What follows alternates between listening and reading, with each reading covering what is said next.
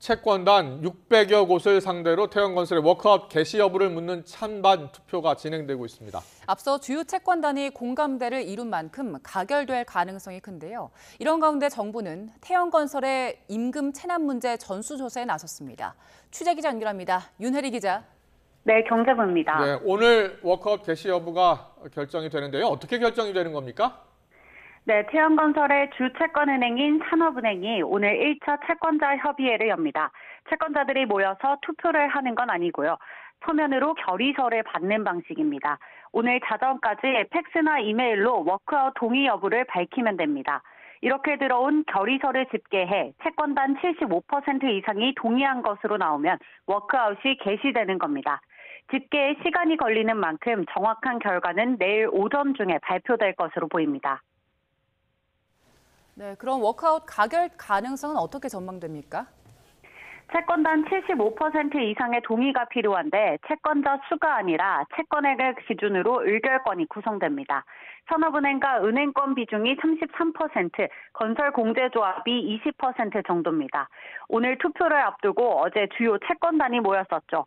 산업은행과 5대 은행은 물론 이 금융권까지 대거 모여 태형그룹 측 입장을 듣고 앞으로 대응 방안을 논의했는데 분위기가 우호적이었습니다. 태형 측이 자구 계획을 그대로 지키면 워크아웃 개시와 이후 절차에 문제가 없을 거라고 밝힌 겁니다.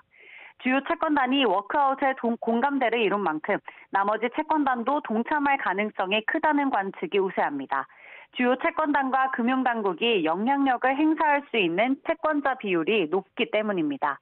오늘 투표 결과 워크아웃이 개시되면 태형건설에 대한 금융사 채권은 최장 넉 달 동안 유예됩니다. 가능성이 크진 않지만 부결된다면 태형건설은 법정 관리 절차에 들어가게 됩니다. 네, 그런데 태형건설이 협력업체에 임금을 제대로 지급하지 않아서 정부가 전수조사에 나서기로 했다고요?